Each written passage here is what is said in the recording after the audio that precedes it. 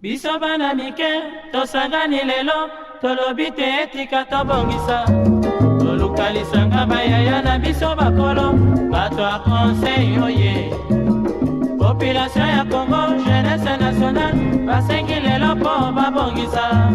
Kobongisa Congo ezali nguya ya population, bakonzi bayoka na matoi.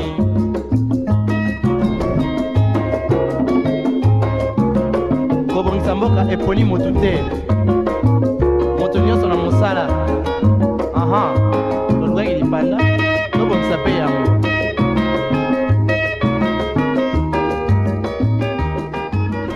Vous êtes très nombreux à nous suivre ce matin. Vous nous suivez depuis votre bureau, depuis votre salon. Sachez que vous êtes dans On en parle, votre tranche matinale qui vise à vous donner des orientations de business. On en parle vous parle de la musique, vous parle du cinéma, mais aussi du sport.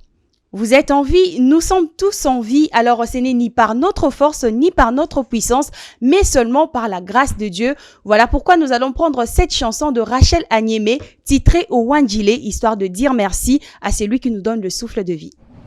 Orientation académique, passion ou hasard, c'est le sujet que nous allons aborder ce matin.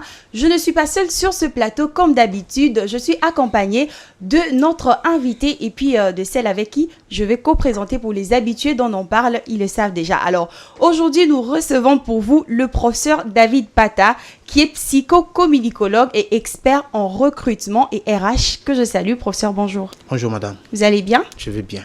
Je pense qu'il en est de même pour vous. Oui, ça va très bien. Nous sommes de bonne humeur. C'est un nouveau jour aujourd'hui. J'espère que vous êtes de bonne humeur aussi. Bien sûr.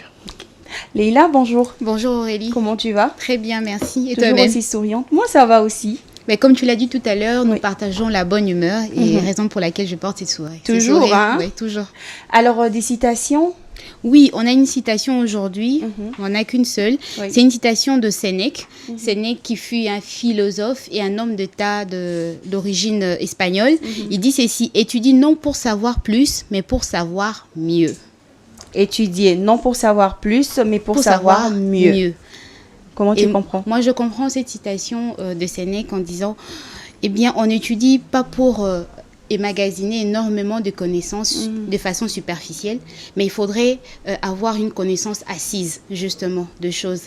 N'est pas emmagasiner une connaissance juste comme ça, voilà, mais de façon superficielle, quoi. On n'entre pas en profondeur. Je connais telle chose, mais en profondeur, et on n'a rien, au fait. Et ce que veut nous dire, excusez-moi, Sénèque, c'est juste que étudier pour savoir mieux, c'est-à-dire faites asseoir la connaissance profondément en vous et non juste de façon superficielle. Est-ce que tu peux répéter cette citation pour le professeur, comme ça il va nous l'expliquer? Étudie ou étudier non pour savoir plus, mais pour savoir mieux. Alors professeur, comment vous la comprenez cette citation? Étudier pour savoir plus, mais pour savoir mieux, cela veut dire simplement que lorsqu'on étudie, il y a deux processus. Oui. Nous avons le processus de compréhension et le processus d'assimilation. Okay. Le processus de compréhension, cela veut dire que après avoir été exposé à la matière, vous êtes en mesure de dire exactement ce qui a été dit, donc de répéter. Ça se ressemble comme au tchakou, au pistas, au perroquet. Et donc, on ne nous demande pas simplement de nous limiter, de répéter ce qui a été dit, mais il faut que nous soyons en mesure de pouvoir les dire autrement et trouver d'autres cas possibles, des exemples pour expliquer ce qui a été assimilé. Mais la répétition n'est-elle pas la meilleure des sciences? Bien sûr, mais en fait, c'est que lorsqu'on se limite à la compréhension, on peut effectivement perdre la matière. Il faut l'assimiler. Assimiler signifie quoi? Signifie simplement que la matière partage le même corps d'esprit que votre pensée. Et donc, c'est à ce niveau que lorsqu'on n'assimile pas, que ce qui a été compris peut disparaître. Ok. Exactement. Et donc d'ailleurs, à l'école primaire, les enseignants assurent les deux fonctions en classe, et la compréhension et l'assimilation. C'est ainsi vous verrez que votre enfant n'étudie pas à la maison, mais il fait de 90%. Ok. Et au niveau de l'école secondaire, on enlève l'assimilation, les enseignants n'assurent que la compréhension. Ce qui fait que vous êtes obligé de lire à la maison et vous allez constater que les jeunes gens qui ne lisent pas à la maison, leur performance baisse. Parce qu'ils devraient assurer l'assimilation à la maison, la compréhension a été assurée à l'école. À l'université, les deux processus sont éloignés. Ça signifie que l'étudiant doit en même temps faire un effort pour comprendre et assimiler. C'est à ce niveau qu'il y a des catastrophiques. Merci, professeur. Madame, monsieur, aujourd'hui, nous parlons de orientation académique, passion ou hasard. Avant d'entrer dans le vif de notre sujet avec notre invité, nous allons prendre cet état de lieu et on se retrouve juste après. L'entrée de l'enseignement supérieur est un moment crucial pour les jeunes qui achèvent leur parcours secondaire. Il s'agit d'affirmer leur choix et leur goût, ainsi que de jalonner leur avenir. De ce fait, une orientation académique est censée accompagner le futur étudiant qui est appelé à se constituer comme sujet, c'est-à-dire auteur de sa propre éducation et de sa prochaine vie professionnelle qui viendra après son cursus universitaire. Mais seulement, le choix de la filière doit être rigoureux et minutieux parce que cela doit être cependant une passion et non un fruit du hasard, car toute une vie en dépend. S'engager dans un choix d'orientation impose la connaissance de modalités, de fonctionnement et surtout, il faut éviter des décisions à coup de tête. Hélas, aujourd'hui l'orientation académique est fustigée, un peu abandonnée dans son sens par les futurs étudiants car beaucoup recourent à des recommandations parentales ou pulsions entre amis et qui est un grand déficit dans la prochaine vie. L'orientation académique doit normalement être faite en âme et conscience par le futur étudiant, mais au moins, en cas d'incertitude, par ce dernier, un conseiller d'orientation lui sera nécessaire et important pour lui orienter dans son choix. À savoir que s'orienter académiquement signifierait savoir planifier, saisir des opportunités pour un avenir professionnel radieux. Alors, cette thématique s'avère abondante et nécessite quelques pistes de solutions. Raison pour laquelle ce nouveau numéro de votre tranche matinale s'attelle sur cette observation. Bienvenue à toutes et à tous. Voilà, c'était là l'état de lieu qui a été fait par rapport à notre sujet du jour, orientation académique, passion ou hasard. Alors, professeur, comment pouvons-nous comprendre le mot orientation académique?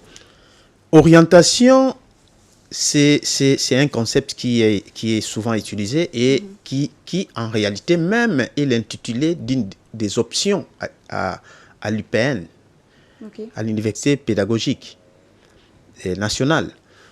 Il y a une option qui est appelée orientation scolaire et professionnelle.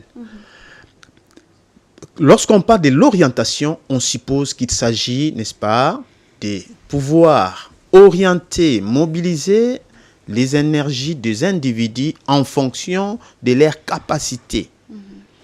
Orienter signifie sélectionner, opérer un choix judicieux et responsable.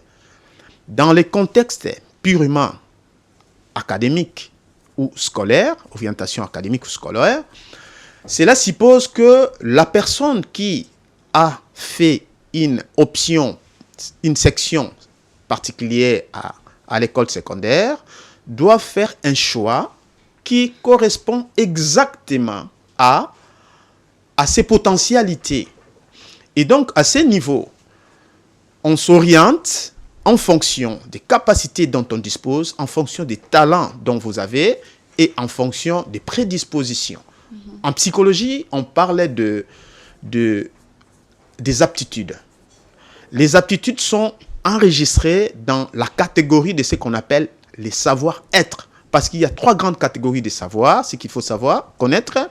Vous avez les savoirs qui représentent les connaissances. Ces savoirs sont développés sur base de la formation reçue. Exemple, quelqu'un qui a fait la section pédagogique va disposer d'un ensemble de connaissances en rapport avec ces domaines. Oui. Les principes pédagogiques, la façon, effectivement, les principes qui orientent la constitution, la formalisation d'un cours, etc. Vous avez les savoir-faire qui correspondent à la compétence. Et vous avez également les savoir-être. Dans les savoir-être, c'est là que vous avez les aptitudes et la personnalité. Les aptitudes sont des talents naturels dont vous disposez, qui en réalité sont nécessaires pour l'exercice d'une tâche. Et donc, au niveau des choix académiques, ce sont les aptitudes qui sont plus valorisées, en partie, disons aussi, la personnalité, qui en réalité constitue le moteur des choix. Au-delà de ces aptitudes, vous avez effectivement d'autres facteurs qui, en réalité, prennent beaucoup plus d'espace que ces aptitudes-là. En ce qui concerne les aptitudes, il existe plusieurs types d'aptitudes. Vous avez les aptitudes verbales. Vous constatez, dans la société, il y a des gens qui ont le verbe facile. Ils ont la parole facile. Vous avez des gens qui parlent bien. Malheureusement, ils ont des difficultés de l'écriture, de bien écrire. Oui. Vous avez des gens qui se sentent très à l'aise dans tout ce qui est numérique, calcul, etc.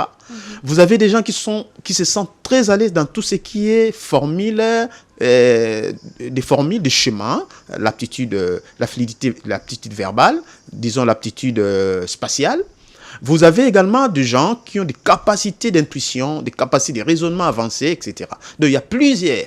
Les recherches ont montré aujourd'hui, par exemple, avec Holzinger, avec Berthe, plusieurs aptitudes qui existent selon les orientations. Donc, en réalité, lorsqu'on parle de l'orientation académique, cela suppose qu'il s'agit de choix qui, en réalité, devraient être influencés ou déterminés par les aptitudes. Ok. Leila? Et tout à l'heure, vous avez parlé de potentialités qui renferment l'individu justement pour essayer de s'orienter. Sous d'autres cieux, il y a ce qu'on appelle le test d'orientation, justement pour essayer de ressortir ce que la personne a en lui comme potentiel. Est-ce que vous pensez qu'on le fait ici, dans notre pays? Déjà, en commençant par l'école secondaire. Vous quittez les secondaires pour faire un choix justement aux humanités, pédagogie, biologie. Vous pensez qu'à ce niveau-là, déjà, est-ce qu'on commence avec ces tests? Ce qu'il faut noter dans l'histoire, dans les années 70, vous et moi, peut-être que certains n'étaient pas encore nés. Moi, j'étais né tout au début, donc après 6 ans. Donc moi, j'ai commencé l'école dans les années 80 juste. Et ce qu'il faut savoir, avant, il y avait ce qu'on appelait à l'école secondaire cycle d'orientation. Okay. 2 ans. C'est-à-dire quand vous terminez l'école primaire, avant de faire les secondaires, il y avait 2 ans de cycle d'orientation. C'est dans ce cycle-là qu'on jaugeait, on voyait les performances que les élèves donnaient dans les différents travaux. Sur base de cela, le conseiller pédagogique formulait, n'est-ce pas, ou les conseillers d'orientation formulaient, n'est-ce pas, des propositions. Et échanger avec les parents également, et c'est ce qui faisait que les gens étaient bien orientés. À un moment donné, vers les années 80, quand nous on a commencé, nous n'avons pas trouvé ces cycles d'orientation. C'était cycle d'orientation de non. Ce n'était pas pratique. Okay. Il n'y avait pas de tests d'évaluation, etc. Donc les choix étaient, comme l'intitulé le dit, par hasard ou par passion, avec les influences. Donc on va entrer en profondeur, je pense, lorsque nous allons parler des hasards et des passions. Mais aujourd'hui, il y a un regain d'espoir. Il y a quand même des TENAFEP, je pense, qui organisent ce genre mais de manière pratique, ces orientations ne sont pas gérées. La preuve en est que toutes les écoles devraient avoir des conseillers d'orientation. Mes amis qui finissent, qui font l'OSP, l'orientation scolaire et professionnelle, devraient être dans toutes les écoles. Devaient être engagés comme conseillers d'orientation dans toutes les écoles, ce qui n'est pas le cas. D'ailleurs, quand vous allez aujourd'hui dans toutes ces écoles-là, il y a certaines écoles qui ne disposent même pas des directions des conseillers d'orientation ou d'orientation scolaire. Les conseillers d'orientation, c'est la personne habilitée justement pour évidemment, orienter. ils ont été pétris, ils ont été forgés pour faire ces métiers. Alors, professeur, pensez-vous qu'il est important de se faire orienter avant d'embrasser les études universitaires? C'est très important. C'est très important de savoir là où vous allez. Pourquoi? Parce que simplement, un mauvais choix peut vous dérouter. Moi, j'avais effectivement un frère qui il avait des habiletés, il se sentait très à l'aise dans tout ce qui est mécanique. Il voudrait s'orienter dans la mécanique, mais mon papa l'avait forcé de faire commercial. Et il n'a pas donné de bonnes performances. Finalement, après des années, dans la vie pratique, il s'est réorienté dans son choix primaire. Donc, vous comprenez par là qu'un mauvais choix peut désorienter, n'est-ce pas, la personne. Et d'ailleurs, un bon choix peut également, n'est-ce pas, favoriser l'évolution, bien sûr, de la personne. Pourquoi il faut faire effectivement, il faut une orientation? Parce que simplement, comme nous avons insisté ici, que le choix, en réalité, devait être basé sur les potentialités. Un exemple banal, quelqu'un qui se sent très à l'aise dans tout ce qui est formule, chiffres, c'est-à-dire calcul. Il a ce qu'on appelle l'aptitude numérique. Avec l'aptitude numérique, cette personne, si il va faire les scientifiques, la section scientifique, biochimie, maths, physique, etc., vous sentez qu'il a, en psychophysiologie, il a la bosse. Donc, dans son cerveau, il y a une partie qui est très développée dans le numérique. Et donc, s'il s'oriente dans l'option, par exemple, maths, physique, biochimie, il va se sentir très à l'aise. Que celui qui a l'aptitude verbale très développée, s'il va en maths, physique, il aura des difficultés. Mais s'il va dans littéraire, pédagogie, il va se sentir à l'aise. Vous comprenez un peu? Et donc, il y a aussi des gens qui ont des bosses un peu plus développées presque partout, de manière moyenne. Oui. Ces gens sont mieux pour faire la pédagogie. Parce que la pédagogie, il faut avoir l'aptitude verbale, puisque vous allez enseigner. Oui. Il faut avoir l'aptitude numérique, il faut avoir l'aptitude spatiale, etc. Vous voyez? Donc, il faut tenir compte de ces aptitudes qui sont des potentialités indispensables qui vont vous permettre effectivement de bien développer encore d'atouts si on vous place dans un environnement, n'est-ce pas, qui vous correspond. Alors, comment doit se faire exactement cette orientation-là? Premièrement, il faut qu'il y ait des tests. Premièrement, on fait les tests. Deuxièmement, on fait la lecture transversale de la manière dont la personne donne ses performances dans les différents cours. C'est simple, même les parents peuvent le faire. Il suffisait simplement de prendre les différents bulletins de votre propre enfant. Oui. Je suppose que les parents n'ont pas influencé les résultats. Aujourd'hui, on voit beaucoup de choses. Donc, si réellement les enfants ont été bien évalués durant les années, ils peuvent prendre les différents bulletins et voir de manière récurrente comment les notes se distribuent dans les différentes composantes, différentes matières. Et c'est la matière où l'enfant preste mieux, c'est en réalité, c'est cette matière qui lui confère l'aptitude. Donc, c'est-à-dire qu'il se sent très à l'aise dans soit français, dans anglais ou mathématiques, physique, chimie, géospatiale, etc. Et après, on peut ajouter, n'est-ce pas, les tests juste pour confirmer. Vous voyez, donc là, il y a deux approches. Il y a une approche d'observation, de lecture de la performance de l'enfant, et il y a également une approche, n'est-ce pas, empirique où il faut évaluer l'enfant pour confronter. Même si vous évaluez, il ne faut pas, pour interpréter bien les résultats, il faut voir la manière dont l'enfant a fait ses prestations dans les différentes matières. Cours, oui. Léla? Oui, professeur, tout à l'heure, vous avez parlé de choix, d'évaluation au niveau de la famille, chez les parents et tout ça. Et au niveau de la famille, qu'en est-il de ce problème où les parents veulent justement faire vivre leurs rêves à travers leur enfant? Oui. Comment est-ce que l'enfant, justement, à ces niveaux-là, peut essayer de faire entendre sa voix, essayer de faire comprendre aux parents que non, voilà, moi je préfère ceci à cela? Je pense que le problème ne se limite pas simplement à l'enfant, parce que l'enfant risque de ne pas être écouté. C'est le cas de plusieurs familles. Si l'enfant a la malchance de vivre dans une famille autocratique, où il n'y a pas de liberté de choix, il n'y a pas de démocratie, où le papa s'impose, ou maman, etc., ou le frère, c'est compliqué pour que la voix de l'enfant soit entendue. Ce qui est à faire ici, c'est que je pense que ça devient un problème sociétal et qu'il faut qu'il y ait des conseillers qui doivent aller assister des familles, assister effectivement, dans les cas contraires par exemple, l'enfant peut demander le concours d'un conseiller qui est à l'école, ce qui suppose que l'école dispose, n'est-ce pas, des services d'orientation avec des conseillers attitrés et avoir, n'est-ce pas, l'appui pour convaincre, n'est-ce pas, la famille par rapport aux prédispositions de l'enfant. Beaucoup d'enfants, beaucoup de jeunes gens ou beaucoup d'hommes aujourd'hui, ils ont été désorientés, ils se retrouvent nulle part à cause de leurs parents. Parce que simplement, ils ont voulu imposer les choix.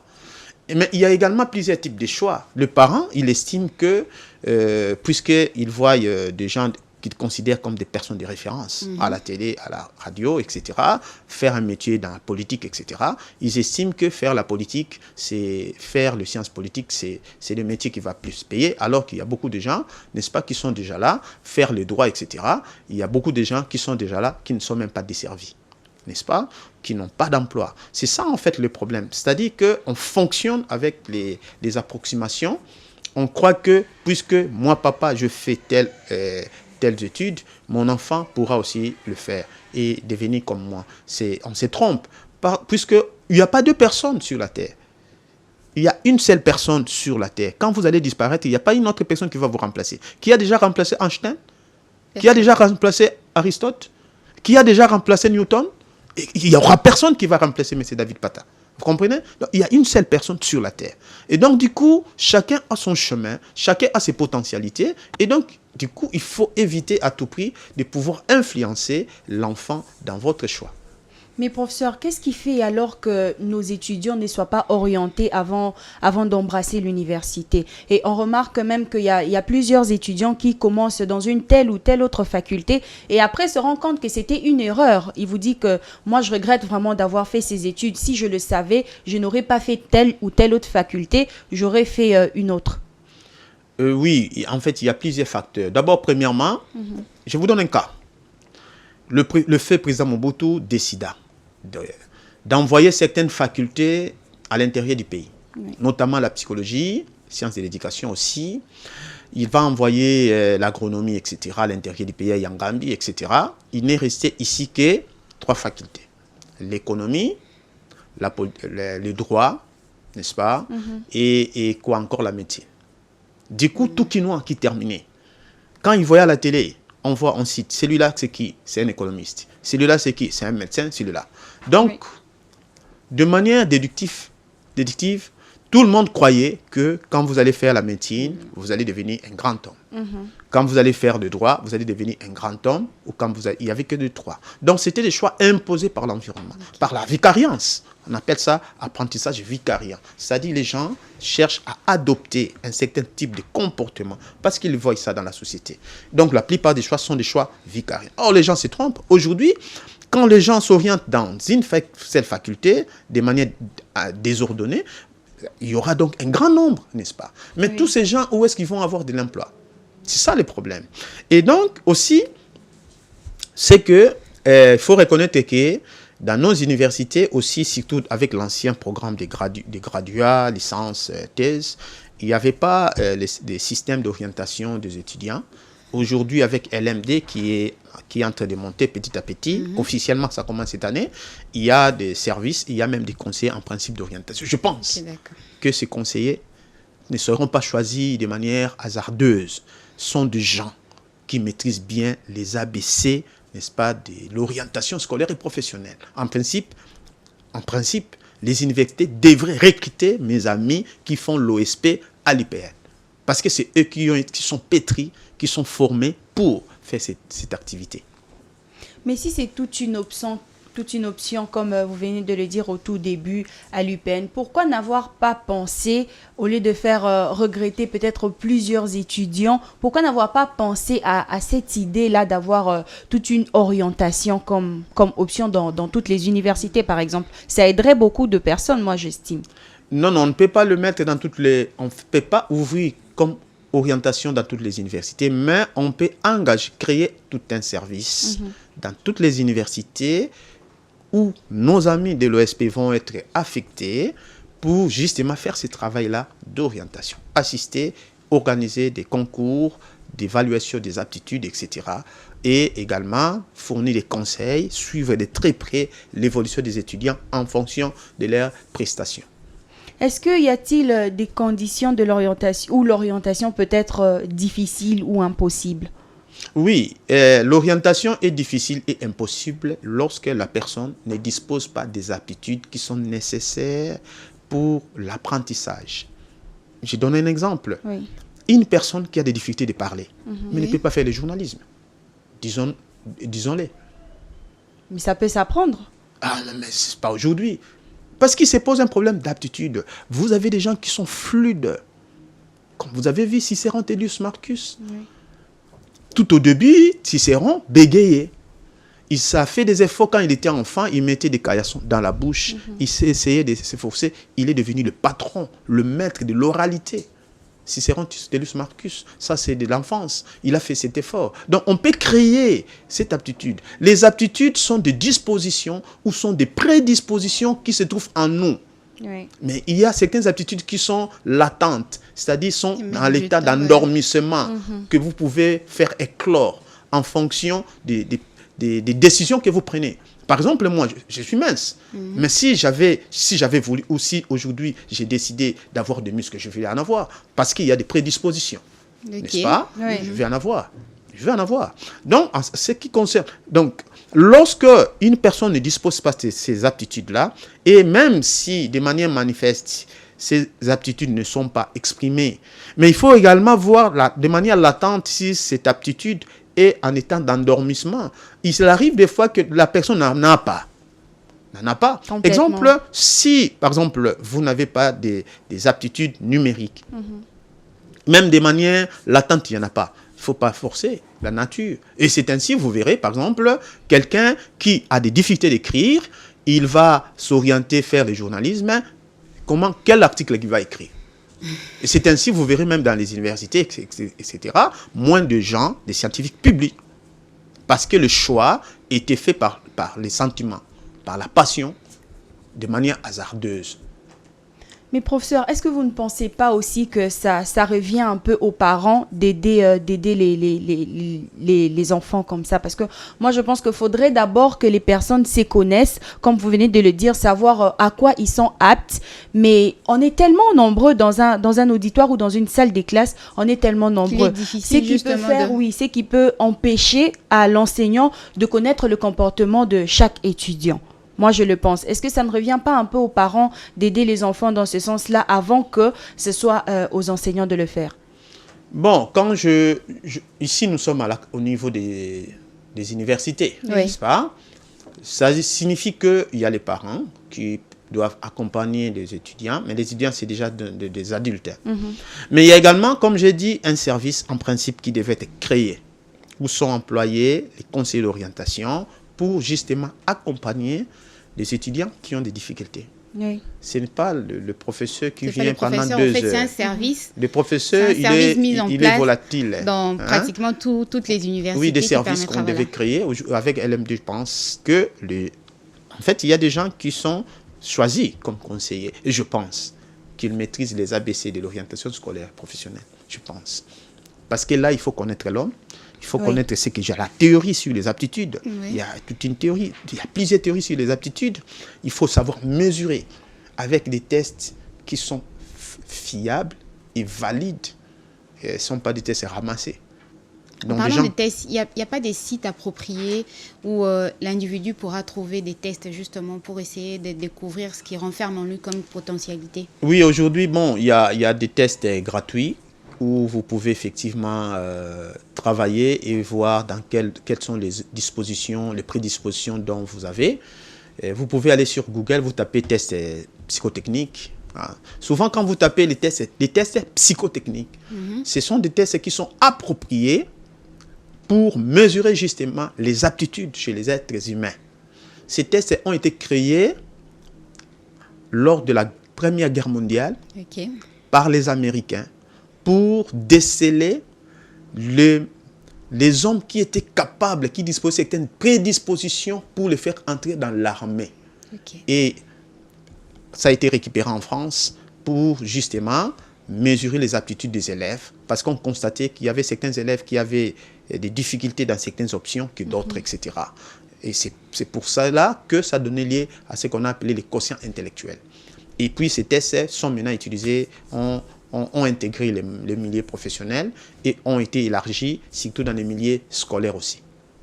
Donc ces tests existent, des tests psychotechniques, vous tapez des psychotechniques, vous allez voir quand vous faites passer ces tests aux gens, vous verrez certaines personnes sont très fortes dans tout ce qui est spatial, tout ce qui est forme, numérique, etc. Et à partir de cela, on peut déceler. Mais comme j'ai dit, une vraie lecture, c'est par rapport aux performances scolaires dans différents cours, vous pouvez voir la distribution des résultats et se faire une idée. Ça vraiment, ça donne une vraie idée sur la personne qui peut être confirmée avec les psychotechniques. Orientation académique, passion ou hasard, on le saura tout au long de cette tranche matinale avec notre invité du jour, le professeur Pata. Avant de revenir sur le sujet, nous allons prendre quelques réactions de personnes qui ont eu à dire ce qu'ils pensaient de ce thème et on revient juste après.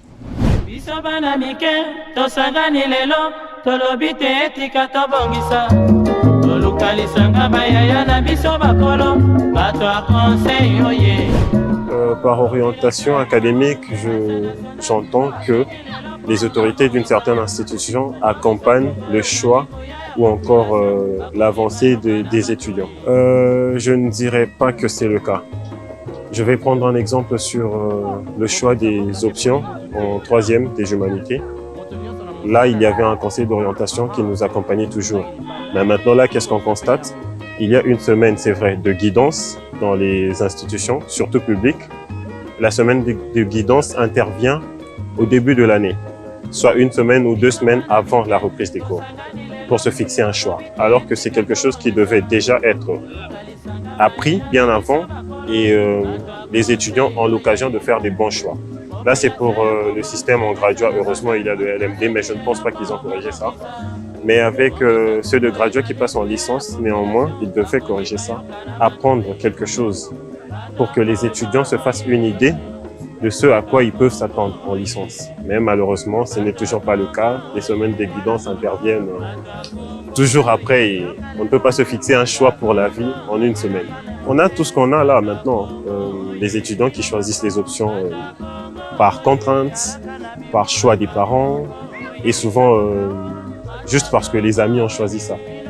Et ça nous mène tout ce qu'on a à avoir là. On étudie pour les points, pour passer de classe, mais en soi, le métier qu'on exerce, c'est pas d'abord une passion et ensuite on ne l'a pas bien exercé parce qu'on ne l'aime pas. Je m'appelle Christian Mongo. Par orientation académique, j'entends le fait de faire un choix d'une filière en ce qui concerne les études.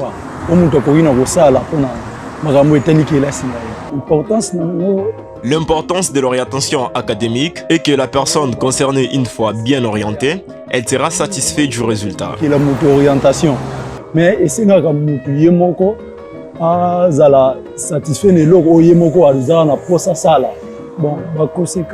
pour moi, l'une des plus grandes conséquences d'une mauvaise orientation académique est le fait de courir les risques d'échouer dans la vie et après chercher des coupables à son échec.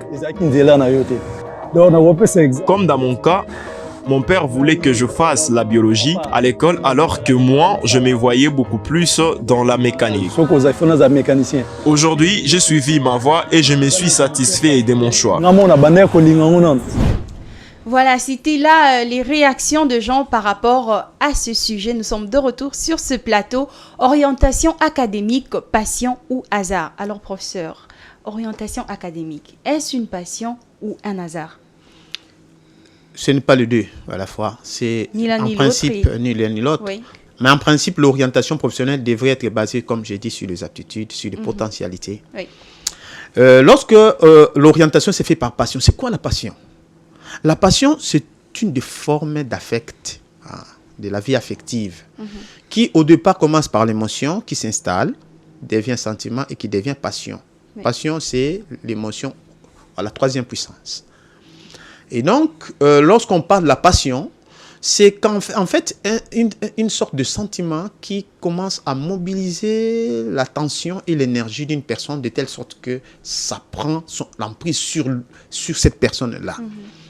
Et donc, dire que l'orientation est une passion, c'est une mauvaise façon, effectivement, de faire le choix, parce qu'il s'agit d'un choix basé sur les sentiments. Un sentiment aveugle, qui est en réalité inspiré de quoi ou de qui? Des personnes que vous avez vues autour de vous. Papa est médecin, il vit bien, vous estimez que ça c'est un sentiment mal orienté, aveugle. Vous avez vu une telle personne faire telle option, il a réussi, et vous estimez que vous aussi vous allez le faire. Ça c'est vraiment de manière aveugle. Ou également, simplement, on vous influence par des amis. Ça c'est la passion, c'est également le choix aveugle. Alors, mais lorsqu'on parle des hasards, hasard c'est quoi? C'est une réalité fortuite qui arrive comme ça, de manière irréfléchie, irrationnelle. Et là aussi, c'est un danger. Pourquoi? Parce que quand vous faites un choix de manière hasardeuse, ou c'est-à-dire irrationnelle, non réfléchie, le risque est que vous fassiez un choix qui ne correspond pas à vos aptitudes.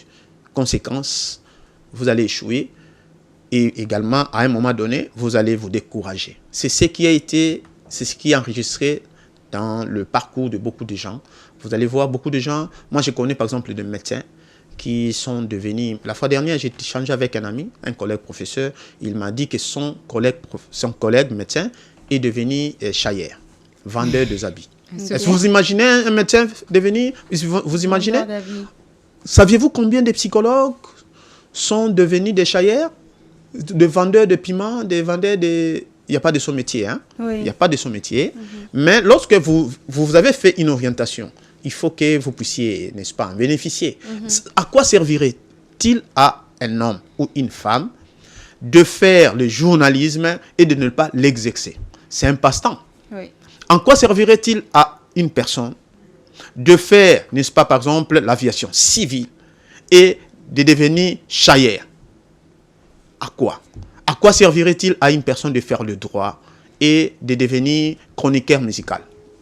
Vous auriez dû simplement aller à l'IFASIC directement apprendre le métier et puis aller faire chronique musicale. À quoi servirait à un homme de faire l'histoire et de devenir chroniqueur musical? Vous voyez, donc dès le départ, c'était des choix mal orientés. Si on avait tenu compte des aptitudes, également des aspirations, de l'intérêt, on pouvait effectivement faire ces choix. Aux États-Unis, par exemple, il y a des tests, une série de tests qu'on appelle les tests des intérêts, des QDR. Les tests des intérêts révèlent en partie également, en réalité, les intérêts que nous avons sont aussi influencés par les aptitudes. Okay. Des aptitudes, des prédispositions dont nous avons. Les intérêts peuvent également servir, n'est-ce pas, de mobile qui pourrait également faciliter le choix de certaines personnes dans différentes options ou différentes filières académiques. La reconversion dans le milieu du travail, c'est une de conséquences, excusez-moi, justement par rapport à la mauvaise orientation, selon vous? Oui, ça peut également se justifier, mais aussi à un moment donné, un problème d'intérêt. C'est-à-dire, à un moment donné, on se rend compte, après avoir évolué, on se rend compte qu'il y avait une potentialité, comme j'avais dit, latente, qui était en endormissement, qui revient. C'est comme en vous et en nous, nous avons des animaux de plusieurs natures. Il y a certains animaux qui sont en état d'endormissement. Qui sommeillent au fond de nous. Et les jours où il y a un animal qui se réveille et que vous ne savez pas le dompter, c'est ce jour-là que vous voyez certaines personnes faire n'importe quoi. Mais professeur, quelles sont d'autres conséquences que l'on peut avoir d'avoir fait un mauvais choix?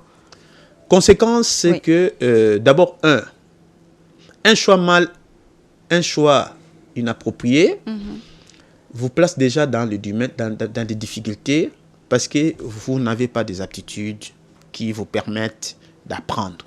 Okay. Deuxièmement, c'est que puisque vous n'avez pas des aptitudes, ça signifie que l'apprentissage est échoué. Conséquence, c'est quoi? C'est que vous allez sur le marché de l'emploi avec des déficits. Okay. Et ces déficits, lorsqu'ils vont s'observer dans le marché de l'emploi, ça peut créer en vous la démotivation et l'employeur ne trouvera pas en vous du tonus qu'il a besoin pour son entreprise. En revanche, on va vous remercier. Vous allez connaître beaucoup, n'est-ce pas, de chèques et du coup, vous allez vous résilier en vous-même. C'est pourquoi Socrate a dit, connais-toi toi-même. Professeur Pata, quel est selon vous l'impact d'une bonne orientation au niveau de la vie sociétale? L'impact, ça signifie que quand les gens font une orientation judicieuse, ils vont réussir. Et quand ils vont réussir, ça va assurer la paix sociale. Imaginez-vous, sur 100 personnes, il y a 90 personnes qui ont réussi. C'est un succès pour la société. Il n'y aura pas de banditisme. Il n'y aura pas beaucoup d'échecs. Il y aura moins de jalousie. Vous comprenez? Oui. Ça signifie que lorsque les choix sont mal faits dans une société, c'est-à-dire que ça présage qu'il y aura des échecs. Et quand il y a des échecs, les gens qui échouent sont ceux-là qui sont le plus souvent à la base de mauvais climat social. Ce sont des gens qui vont se lancer dans le banditisme parce qu'ils ont échoué à l'école, en milieu professionnel, ne se retrouvent pas. Ils vont aller dans tout ce qui est, même des gens, vous allez voir, même dans certaines entreprises, il y a beaucoup d'incompétents. Les incompétents sont recrutés par les incompétents. Parce qu'une fois que les choix ont été mal faits d'un directeur ou d'un agent qui va gravir les échelons, c'est un incompétent. Et ce sont les incompétents qui sont à la base de beaucoup de méfaits, de beaucoup de conséquences, de troubles dans les sociétés, notamment les cas de jalousie, des empoisonnements, etc. Donc, tout ça. Donc, conséquence de malorientation, d'une mauvaise orientation, c'est que la société risquerait d'avoir des gens incompétents qui vont être à la base même de sa disparition. Regardez, la RDC, avant les années 60, la RDC avait le même niveau que le Canada. L'Afrique du Sud, nulle part. Prenez les ouvrages de géographie économique, lisez. Nous étions soit premier, deuxième, troisième producteur de ceci, manganèse, cuivre. Prenez, cherchez ces ouvrages-là de géographie économique. Qu'est-ce qui nous justifie étions cette baisse, justement? beaucoup d'incompétents. Au pays, oui. Quand le pays a beaucoup d'incompétents, ce pays ne peut pas avancer. Et les incompétents sont très vicieux et bien organisés. Ils supportent difficilement les gens compétents. C'est ça les conséquences des mauvais choix. Donc, quand l'orientation a été mal faite, attendez-vous à voir des gens incompétents dans la société. Et lorsque les incompétents commencent à briguer des postes importants, oh là là, vous allez reculer. C'est le cas des reculs de RDC par rapport aujourd'hui, par rapport au Canada et par rapport à d'autres pays. Corée n'avait même pas notre niveau. Regardez là où se trouve Corée. On avait le même niveau que le Canada. Regardez là où se trouve Canada. Regardez là où nous nous trouvons. Parce que simplement, les choix ont été mal faits, même en termes de placement, d'engagement, également certains placements, de promotion, etc. Donc quand le choix n'est pas fait de manière judicieuse et responsable, attendez-vous à avoir beaucoup d'incompétents. Mais justement, professeur, pour éviter les incompétents dans la société, pour les personnes qui ont mal orienté leur choix, est-ce que vous pensez que c'est déjà trop tard pour eux? C'est pas trop tard. Rien n'est trop tard sur la terre. Quand vous avez encore la vie, tout est possible. Donc, ils peuvent, n'est-ce pas, faire la reconversion professionnelle, comme madame l'a dit. Okay. Si vous avez choisi de faire le journalisme et vous sentez que ça ne marche pas, revenez, allez apprendre le métier de mécanicien. Comme ça, vous allez nous réparer des véhicules et ça va vous rapporter beaucoup d'argent.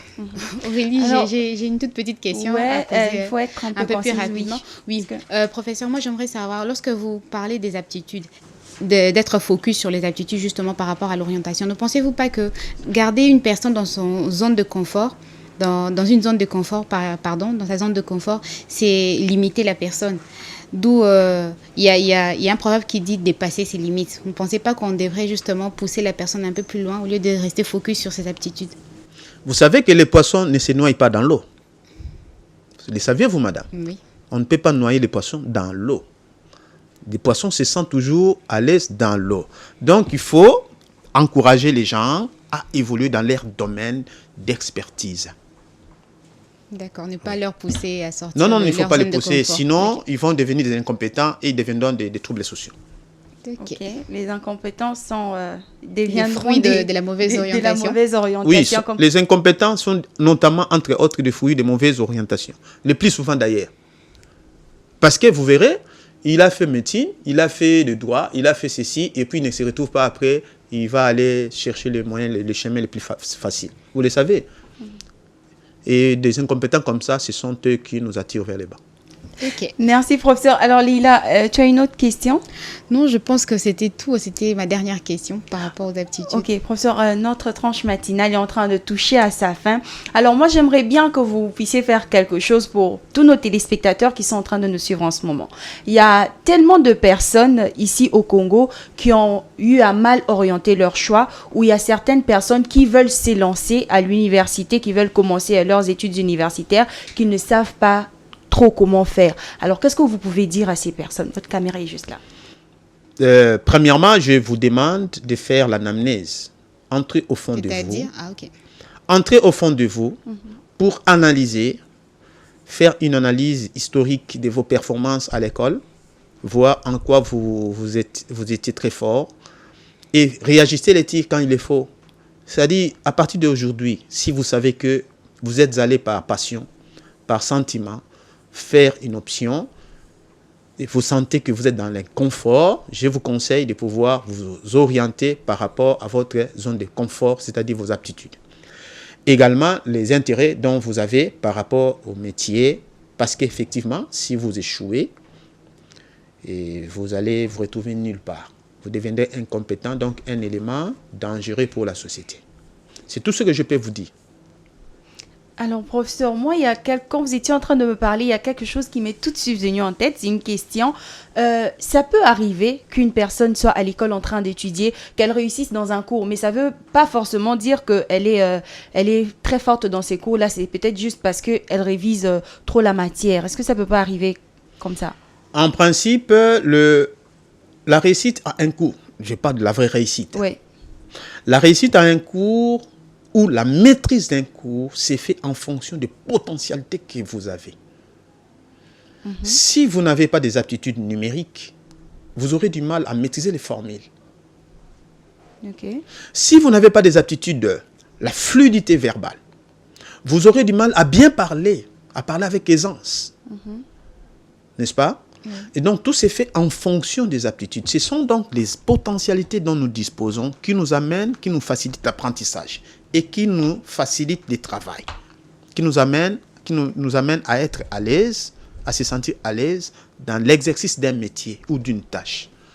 Et donc, il y a une corrélation entre la prédisposition et la prestation. C'est lié. Oui. Alors, merci beaucoup, professeur. Nous sommes complètement à la fin de notre tranche matinale. C'était un plaisir de vous recevoir sur ce plateau. Merci beaucoup pour toutes ces connaissances. Je vous remercie également de me donner l'occasion d'échanger avec vous et d'éclairer la lanterne du grand public. Lila, merci beaucoup merci à toi Aurélie. aussi pour tes citations et ta présence ici. Merci. Très chers téléspectateurs, c'est la fin de notre tranche matinale. Nous avons parlé aujourd'hui de l'orientation académique, passion ou hasard. On se donne rendez-vous au prochain numéro. En attendant, portez-vous bien, prenez soin de vous et des autres. Au revoir.